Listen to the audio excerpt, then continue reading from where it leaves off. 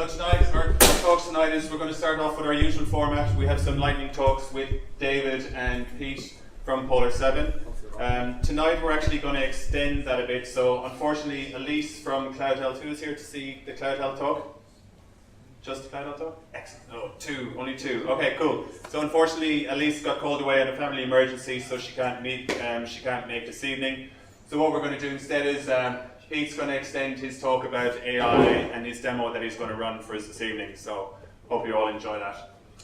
Then we're going to have a break for networking and some beers. And then we have Chris and Tim from Combons over here, where we're going to give us an interesting talk on the enterprise systems for hybrid cloud strategy. So that'll be interesting. So thanks for that, Chris.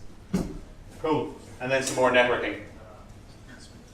So with that, no further ado, I'll pass over to David and Pete. So. Thanks, Darryl. Do you want the clicker? Yeah.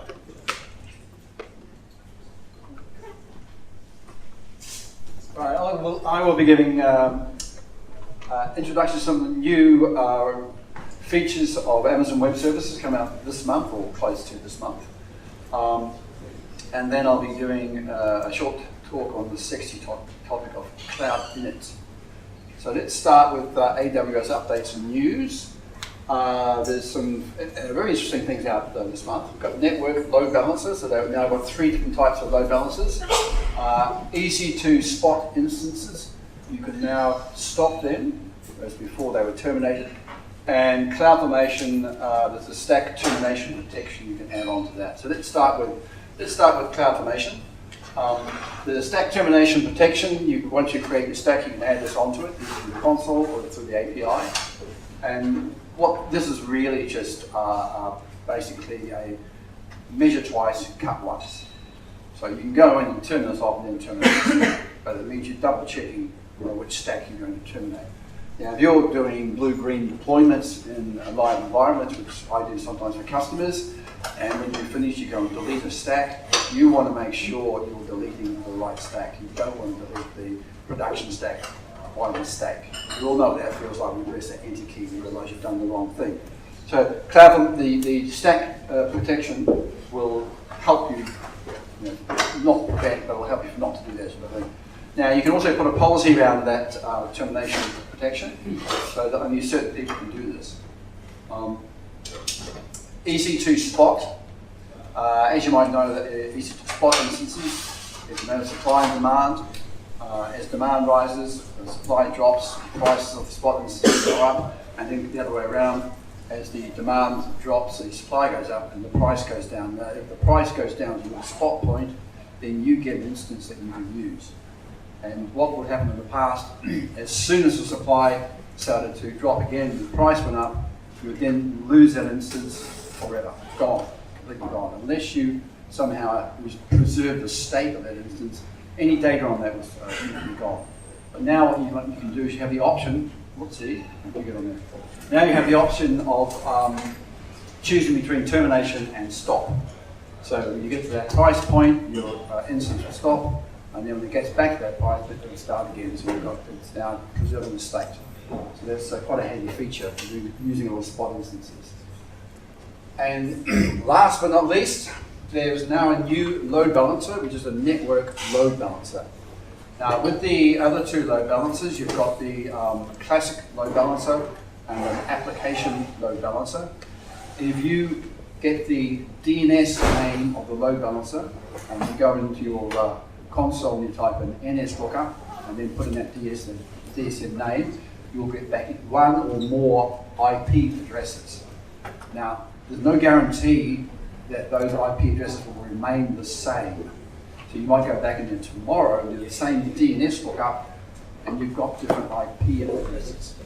The network load balancer, one of the features of the network load balancer is that you will get static IP addresses, which you didn't get before. Not only that, you can actually add an elastic IP address to your load balancer.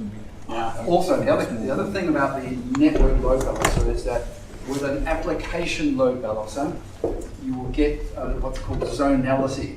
Is that the routing algorithm in the listener, and it's a round robin, and it will share those requests on the targets in the three different availability zones. So that traffic gets shared. Now with a network load balancer, that the traffic will go to the one load balancer in one AZ. It won't be shared unless, of course, there's a fault in AZ, and then it will work crossover.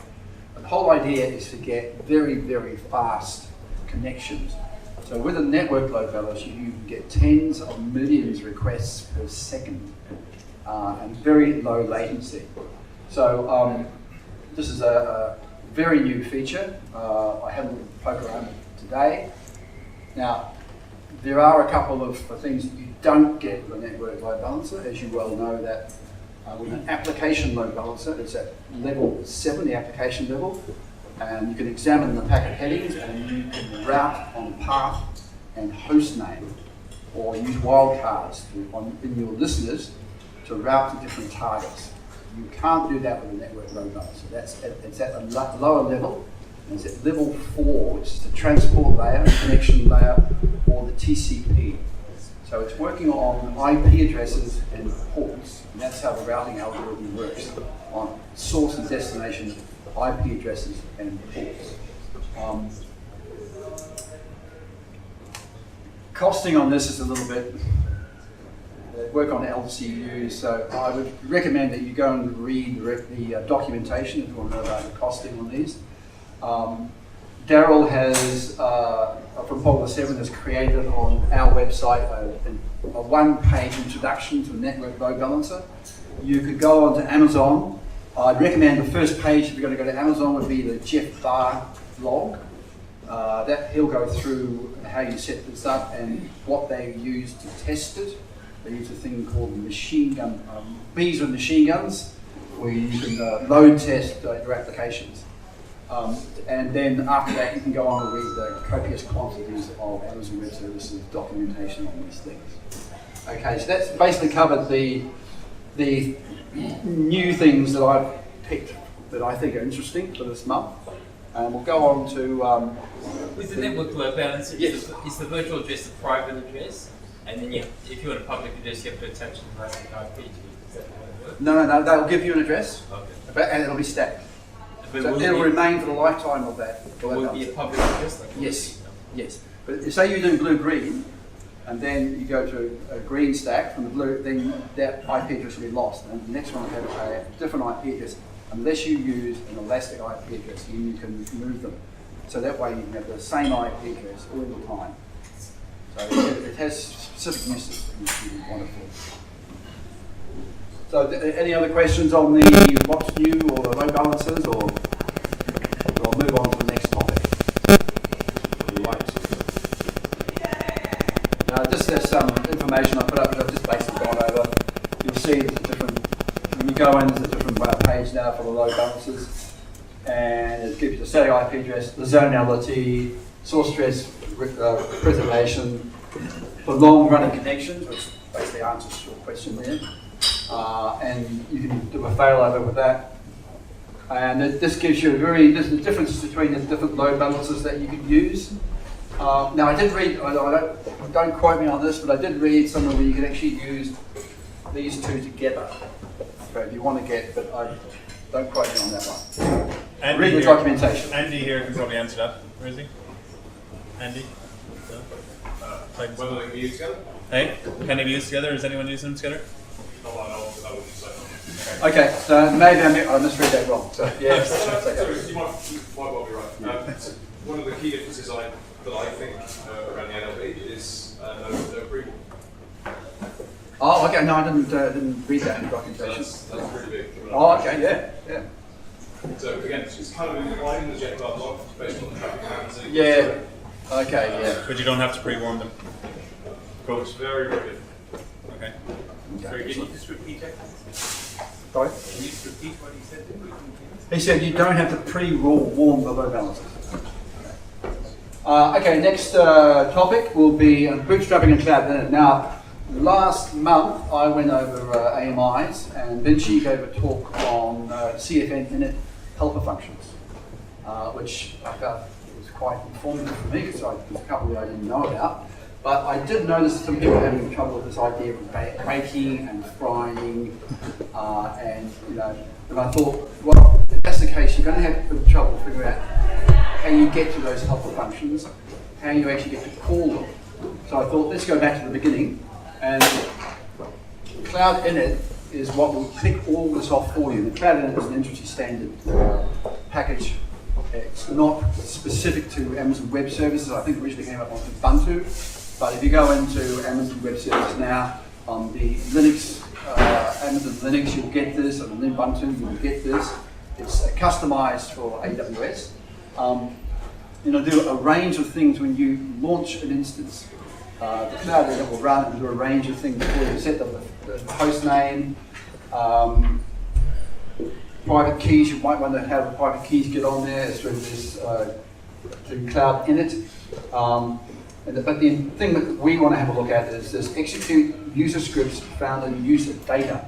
Because the idea is you use Cloud Init goes to user data, and user data can run a script for you. And then with that script, you can either put commands in directly, or you can go and call other things that are going to do the bootstrapping of your instance. So let's just go into the console first. So you're creating an instance. You're at number 3. You're configuring the instance. Advanced details. You've got this thing here called user data, and you can just type text in there. Now, if you wanted to, you could type in there "Hello World." Wouldn't do anything, but you could do that, and that would be stored as user data. And you can make a curl request. We won't go into detail on this. Curl request to get user data and metadata, and if you did that, you would get back "Hello World." Now, the thing is that when you run the Cloud Init, it'll have a look at this, and if you put the shebang at the top, it'll say, "I've got a script. Let's run this as a script." And you'll see what this is basically going to do is set up a LAMP stack. So, you like the old school colours? Yeah. So if you're just doing a yum update, you're installing HTTP, going through the different things that you need to install the LAMP stack, starting processes, make sure they go at boot, start up at boot, adding users, groups, etc., etc., etc., and adding in PHP info to create a page that when you go on to this, the load balancer on this, it'll come up with the PHP info. So that's what you're doing there, and Cloud Init will run this script for you. Now, of course, we don't want to really be going into the console and creating our instances. We want to be using CloudFormation. And you can do this in CloudFormation as well. So let's just go back to this first. Let's have a look. Now, you could write this into a CloudFormation script, but it's a script in a script. So if you've got quotations and etc., you've got to go and escape them. So when you look at this stuff, it just looks a bit dreadful. It's almost like a spaghetti junction when you see it. There's better ways of doing it. So let's have a look at the CloudFormation script, which part of the script you might use to call the user data. Now I've used the launch configuration, which you should probably use, launch configuration within the auto-scaling group. But you could use this launching instance. You get the same properties, and you get user data in there, and you can just put in your user data in here directly, and Cloud Init will then process that. Now, one of the things you'll notice is there's a 16 KB limit to how much you can put into the user data. So after a while, you're going to run out of space if you want it. If you have a complex bootstrapping, you'll just run out of space. Also, the error checking is not as good as you get with the other means that I'll show you.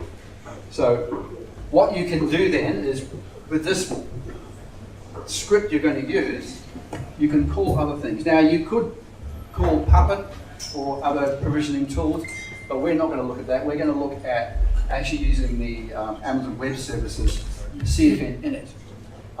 And this is, again, this is user data. You can put this into your console, or you can put this into a CloudFormation script. You're just setting a couple of environment variables here, and then you're making this call. Now, if you're attentive, you would have noticed that Benji had these on the board last week, and he went over these different calls. So what we're calling, on the instance that we've just created, it's a Linux AWS instance, this stuff is all in there automatically. So you're making a call to the CFN, and you're giving it some arguments. One argument is the stack name. This is your template, your CloudFormation template. And this other argument here is saying which resource, and it's called metadata. That's just a name. You can call that whatever you want. It's just a name. But metadata is sort of traditional. And what this will do is it'll go off and it'll find this stack. It'll have a look through this stack for this tag. And the tag, let's go here a little bit. Now the tag will be looking for this thing here. CloudFormation init. So when it finds this, it'll start processing what's below. Now there's some other stuff here, authentication. But basically it'll go through and process whatever you put in here. So if we go back to this, you can see that this is where you're now going to call whatever you've got in your CloudFormation script. I'd like to go into some more detail on what's in the CloudFormation script, but there's so many rabbit holes you can go down with this stuff, and that may be for another talk. Okay, good. Okay, so this is a little bit of an example of what you've done. More of this? Yes, I think if we let him, he'll keep talking. So another couple of minutes, okay? I'm relying on getting some very intelligent questions first. Yeah, so basically this part here of the CloudFormation init is, well, it's what we call. So basically, when you boot up your instance, Cloud Init runs, Cloud Init reads user data, it sees the shebang at the top, it says this is a script. I'm going to run the script. Inside the script, you've got CFN init, and CFN init is referring to this bit, the CloudFormation script. So now this bit under here there's a lot of things you can do in this bit under here, which I haven't detailed because there's not really enough time to go into this. But you can go through here, you can copy files onto your instance, you can do yum, you can do all sorts of things, you can create users and groups. So the common thing would be to have a lot of scripts stored in S3, you make a call to S3, you copy that down to opt, whatever the name of your company, and then put that in there, and then you run that script on the instance. So you can set up whatever you want with a bash script on the instance. And with this, you can set up different config sets. You've got all sorts of ways you can control which bits of this you can run. So it's not just a matter of one thing. So, and doing it this way, of course, if you had to do this in a bash script with 128 characters, you just couldn't do it. And it would be awfully complex. So this makes the process of setting up an instance, or bootstrapping an instance, this is one of the ways to do it. As I said, you could make a call out to Puppet and do it that way. But this is the way that we generally do it, but not always. So I don't really want to go any further with that. I mean, as I said, you can go down a lot of rabbit holes with this and get very complicated. I've tried to make this as simple as possible. Do we have any questions? Yes. So, user data section was there long before, from very early days of CloudFormation. Yes. So, what specific difference between the user data you mentioned, or you shown in the CloudFormation, and the user data you mentioned in Cloud Init? Well, the user data in cloud, user data is just data, and it's stored on the instance. I think it's on the instance, so I could be wrong. But the Cloud Init just reads it, that's all it does. It just reads that user data, interprets it, passes it. If there's a shebang at the top, it'll say, oh, this is a script. And then from that script, I can run other executables. So I can either run Puppet, or I can call the CFN init, which will run. And the configuration file for the CFN init is just part of the CloudFormation script. The Cloud Init is the same CFN, isn't it? Sorry? Isn't Cloud Init the No. same CFN? No. What's the difference? I don't understand. CFN init is Amazon Web Services executables, a whole group of those executables that you'll find in this directory here, ops AWS bin. You will find there's probably a couple of hundred executables in there, and there's probably about 20 or 30 CFN executables. That's just one of them. That's just that's the main one if you want to kick this type of processing off. The Cloud Init has been around for a while. It's open source. I think Canonical were the original makers of this, and Amazon is a customized version. So the difference there being is that the CFN Init is called by Cloud Init through the user data. It's like there's a chain. But this is like for AMIs that Amazon produces CFN in, like normal ones in the marketplace wouldn't have seen. Well, I couldn't answer that with 100% certainty. Mostly, yes. It's probably true. You might be able to install those in other ones. It's only a Linux thing. It's only a Linux thing? Okay. Yeah, but maybe on Ubuntu you could. Well, Windows is different processing. I should have said this is basically for Amazon Linux, or you could get the similar thing on Ubuntu, not Windows. Windows is different. It uses EC2 config. Any more questions? No? Cool. David, thank you very much. So again, did everyone find this useful? We keep this segment up, yeah? Good introductory stuff? Excellent, thank you very much. Thank you, David. Thank you. Up to now we have Pete. Pete, here's the clicker. Thanks, David. That was some good information. So, am I audible to people at the back? Yes? How about now? Okay. All right. So, I'll be talking about artificial intelligence services on Amazon. And so, the thing is, why do we need artificial intelligence? All right. So corporations have been using artificial intelligence for a long, long time. So you may not realize, but most of the apps that you use on your phone have some form of artificial intelligence on it. So Facebook, Google, Microsoft, Snapchat have all been using artificial intelligence in some form or the other. So why do corporations require artificial intelligence? Well, it helps with predictive analysis, diagnostics, and recommendations. So if you probably shop on some shopping website, it gives you recommendations. So basically the recommendations come from artificial AI algorithms. Chatbots, voice assistants provide better customer experience. We'll see why this is happening. Companies can benefit massively from image recognition processing and diagnostics, and industry-wide adoption of AI will certainly help customers, and the more companies are using it, customers will benefit massively from it. So I'll be talking about 4 AI services from Amazon. How many? 4. So there are certainly more services that you can use on AWS, but I'll be talking specifically about Lex, Poly, recognition, and Amazon machine learning. So the first one is Lex. So basically, what is Lex? So you might have used Google Assistant, or maybe Siri, or any other voice assistant. So the new one on the block is Amazon Alexa, and Lex is basically the same service that powers Amazon Alexa. And Lex gives any developer the power to integrate conversational interfaces in your apps. So create sophisticated natural language chatbots in your new and existing applications.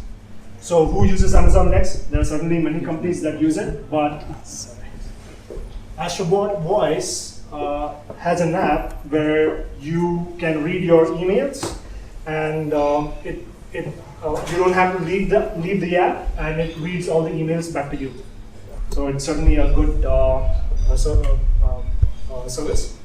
Then there's Buildfax Counts that uses Amazon Lex chatbot on their Slack. So basically, they have their salespeople. All they have to do is, if they have some question, they just push it to Slack, and Lex answers their question back to them. So basically, there is a database of whole questions, and all they have to do is just ask it on Slack, and Lex answers back. The next one is Kelly Blue Bot, which provides car valuations. So basically, if you want a valuation for your car, all you have to do is just go to their site or an app and put in whatever details the app asks you. Basically, Lex will ask you that, and then Lex will do the backend processing and then give you the results back to you. Anyone here using Lex at the moment? Just the one? All right. So what's special about Lex that you call it artificial intelligence? Because it doesn't look like there's anything special. It has no learning capability. It has no special diagnostic capability. So basically, the thing is, if you are a developer and you want to provide voice assistant to customers, you have to build complex algorithms that that's out of any developer's reach. So what you can do is just call Lex APIs, and basically Lex will do all the talking for you. So the thing is, sophistication part is handled by Lex. The easy part is handled by you. The next service is Amazon Polly. So what Polly does is basically talk back to you. So Polly is a service that turns text into lifelike speech, create applications that talk and build entirely new categories of speech-enabled products. It uses deep advanced learning algorithms, and it produces a lifelike voice to speak back to you. So you won't really realize that it's actually a machine talking back to you. So who uses Amazon Polly? In healthcare. So In Healthcare is a company in the UK, and it's part of the NHS.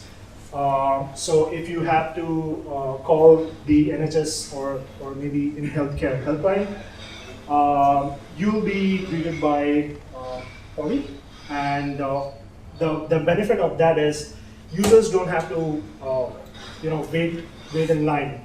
So if you have a bad experience with customer service, you probably had to wait for a very long time, and then some customer agent talks back to you. So you don't have to do that. Polly does that for you.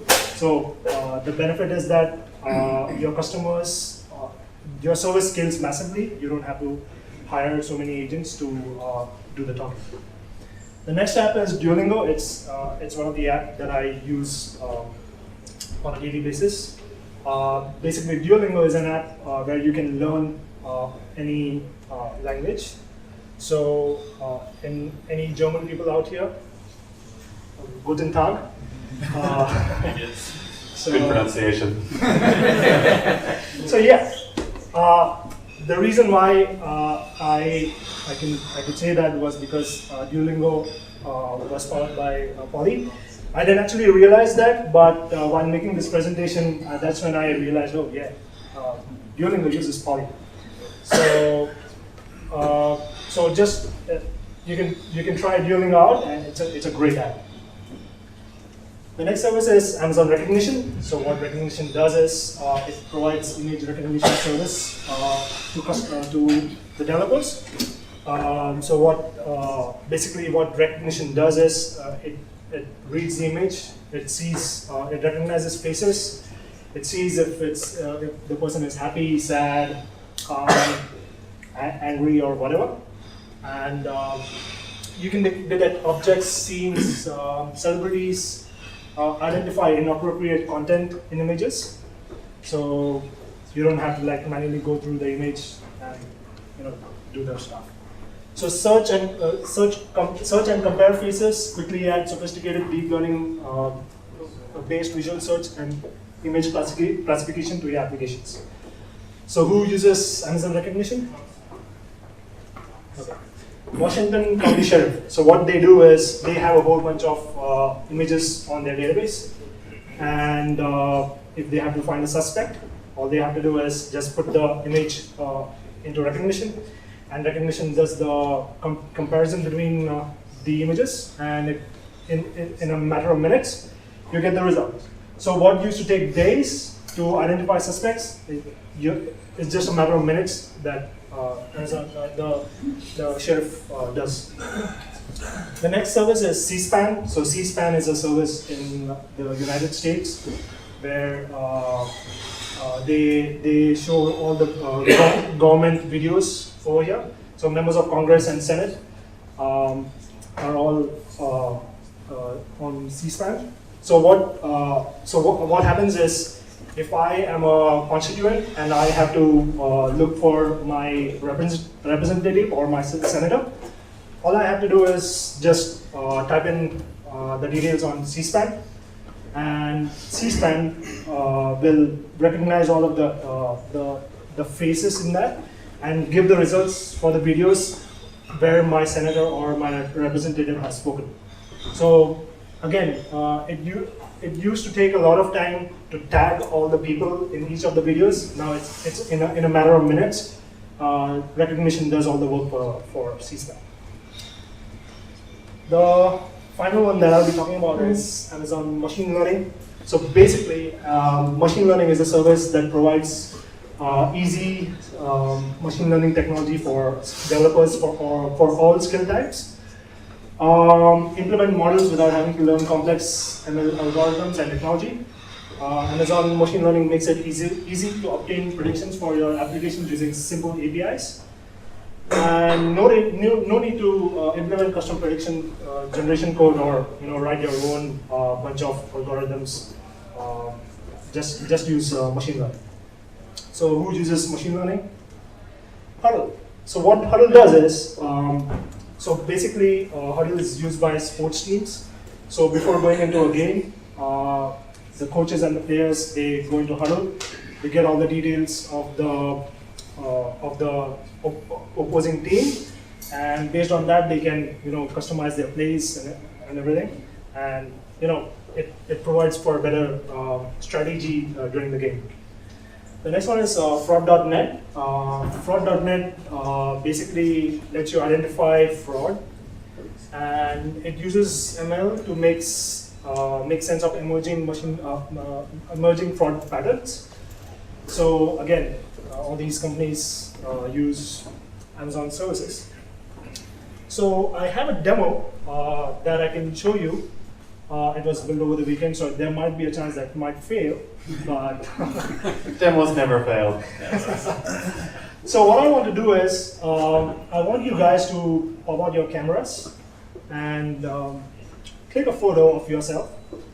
And And you're going to go to this URL first. yes, so AI-demo. the URL is ai-demo.com. So get your phone out. Phones out. Go can to anyone, AI-demo in the browser.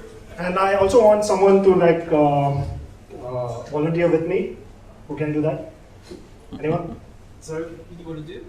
Just come here, take a photo with me, and then I'll. So who's gone to this URL? Can you see the URL? ai-demo.polar7.com. Put your hand up with your phone when you've gone to that website. Go on, do it. It's a numbers game. All right, so there's free pizza and beer after that. So I want to see how happy you are. This is between you and the pizza. Yes. So all right, so David is taking a photo with me, and I want you guys to take your own photos, and we'll see how easy it is to implement machine learning in your own apps. So basically, this demo uses recognition and poly. So recognition, what it'll do is it'll identify the image, and poly will read out the results. So let's see how it's done. David, are you ready? Or are you able to open this link? All right.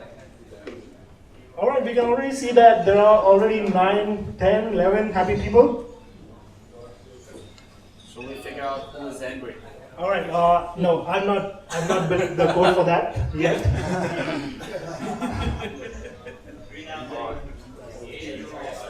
Okay, I'm taking my picture. All right. The URL is ai-demo.polar7.com. ai-demo.polar7.com. It's over here. David, are you ready? All right. I have Come on, make some faces. So get me some angries. We want more angries up there. There's only one angry. Hey? So what's the idea? So I've uploaded my photo now, and having a photo now.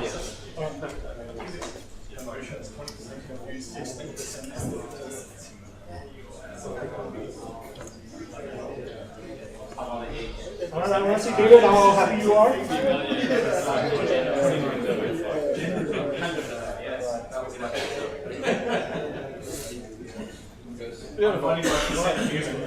It's not very good at estimating my age. No, it's terrible. How old did you upload your photo? All right, I got between 60 and 90. it takes some time to upload the photo. If you're on 4G, it will take about 15 to 20 seconds. All right, so I have the results that AI-demo.polar7.com. AI-demo.polar7.com. All right, so I have taken a photo with David, and let's see what recognition has come up with. So I'll let Polly speak the results.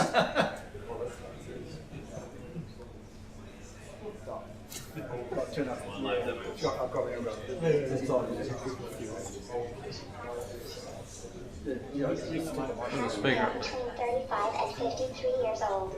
The second face is a happy male between 26 and 43 years old. You can also see face, portrait, smile, and dimple. All right. So as you heard Polly speak out the results, so basically it told that David is a happy male between 35 to 53 years old. Is that okay? I love Polly. And the second person, which is me, is between 26 and 43 years old. Just all right, yeah. I'm going to take one further. What does it say face 1, 2, and 3 for? Maybe it's the people behind. Yeah, it's the people behind. Behind. So the idea behind this thanks David. Thank you so much. The idea behind this, all right, we can see there are already 61 people happy. We'll certainly have more pizzas.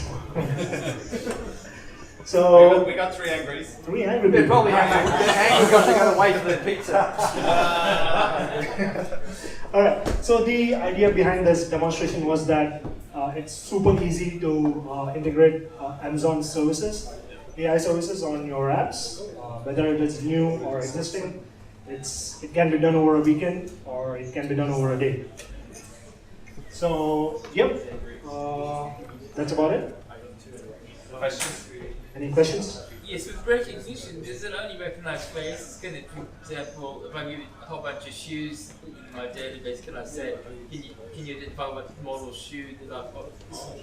So basically, the gentleman says if recognition will recognize the type of shoes, it will say that it is a shoe, but I don't think it will recognize what type of shoe it is.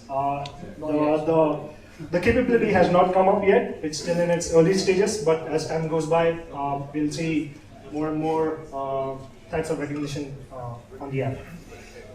Anyone else? Sorry. So at the summit last year, they used a use case which was a company that wanted to target people who like Coke.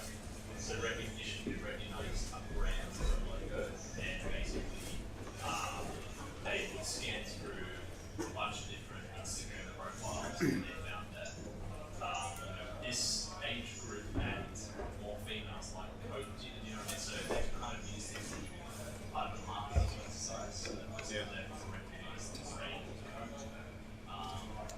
Yeah, that's another use case. Yeah. So basically, which company was that?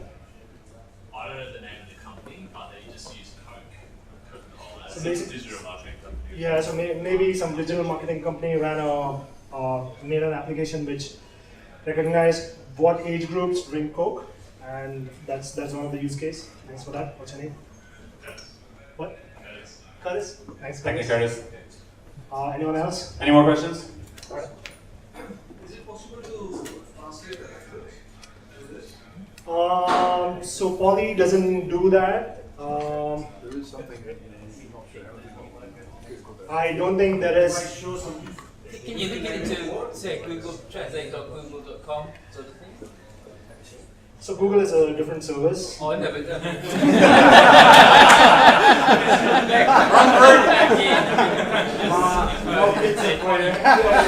Yeah, so For translate, you mean? So you can translate. probably do the translation on Google and have Poly speak the results back to you. But Amazon doesn't have the translation service as of now. But maybe in the future, maybe in reInvent 2017. Cool. Any more? We take one more question. Any more questions? No, that's it. So Darryl, so just Yes, recognition, sorry. If anyone has a library of images that they want to train recognition with, so say you're biosecurity, you have a library of images of B. Sorry. Hang on. Wait, everybody here? So sorry, I'm Andy from Amazon. Andy from Amazon. So if anyone's got a library of images, and you want to train recognition with that library. So say you're working biosecurity, you've got a library of images of bees, you want to detect invasive species versus native species. You wanted to hypothetically put an app up that the general public could take a picture of a bee. If they don't recognise it, they're concerned, and it could tell them whether it's invasive or not. Come and talk to us. Like, seriously, come and talk to us. Talk to Learning. We also have a technical BD from the AI platform in Sydney next week. So travelling in from the US. So if anyone's got actual serious workloads they want to talk to us about AI, come and talk to me. I'll hook you up. All right. What You know who to talk to. What about Lewis pictures? Is there a Lewis service or blocks in it? No. Excellent. All right. Thank you. Thank you. I'll hand it back to Dara. Thank you, everyone. Thank you, Peter. That was very good.